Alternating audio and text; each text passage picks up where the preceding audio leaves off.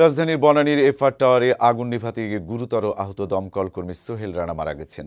রোববার মধ্যরাতে Singapore general হাসপাতালে চিকিৎসাধীন অবস্থায় মারা যান তিনি। রাত 10:40 তার মরদেহ ঢাকায় আনা হবে, রাখা হবে সিএমএইচ এর হিমঘরে।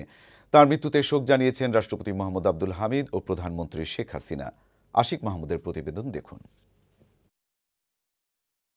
দেশের ও জনগণের সেবার মনোভাব নিয়ে 2015 সালে ফায়ার সার্ভিসে যোগ দেন সোহেল রানা। অত্যন্ত মেধাবী, সাহসী ও দক্ষ হয় তাকে সামনের সারিতে কাজ করার জন্য বাছাই করে ফায়ার সার্ভিস কর্তৃপক্ষ। গেল 28 মার্চ বনানীর ভয়াবহ অগ্নিকাণ্ডে আটকে পড়াদের বাঁচাতে ও আগুন নেভাতে সামনের সারিতে কাজ করছিলেন কুর্মিটোলা ফায়ার স্টেশনের ফায়ারম্যান সোহেল রানা।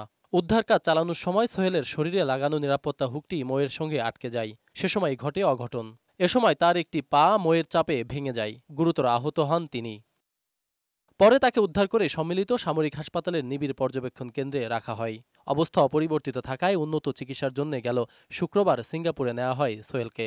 সেখানেই বাংলাদেশ সময় রোববার রাতে না ফেরার দেশে চলে যান তিনি। ফায়ার সার্ভিসের পরিচালক মেজর AKM শাকিল নেওয়াজ বললেন, সোহেলের মতো একজন দক্ষ ফায়ারম্যান হারানোর ক্ষতি পোষাতে পারবে না দমকল বাহিনী। নিজ যোগ্যতায় কর্মক্ষেত্রে গুরুত্বপূর্ণ জায়গা দখল করে নিয়েছিল Sohel Rana. He was a very nice guy. He was a very active guy. He was a valiant firefighter. আমরা সবাই ব্যথিত যে এরকম একটা ছেলে, জীবন্ত একটা ছেলে, যার জার্নি শুরু হয়েছিল 2015 এবং 2019 এই অল্প সময়ের ভিতরে সে চলে যাবে, এটা আমরা কখনো চাইনি।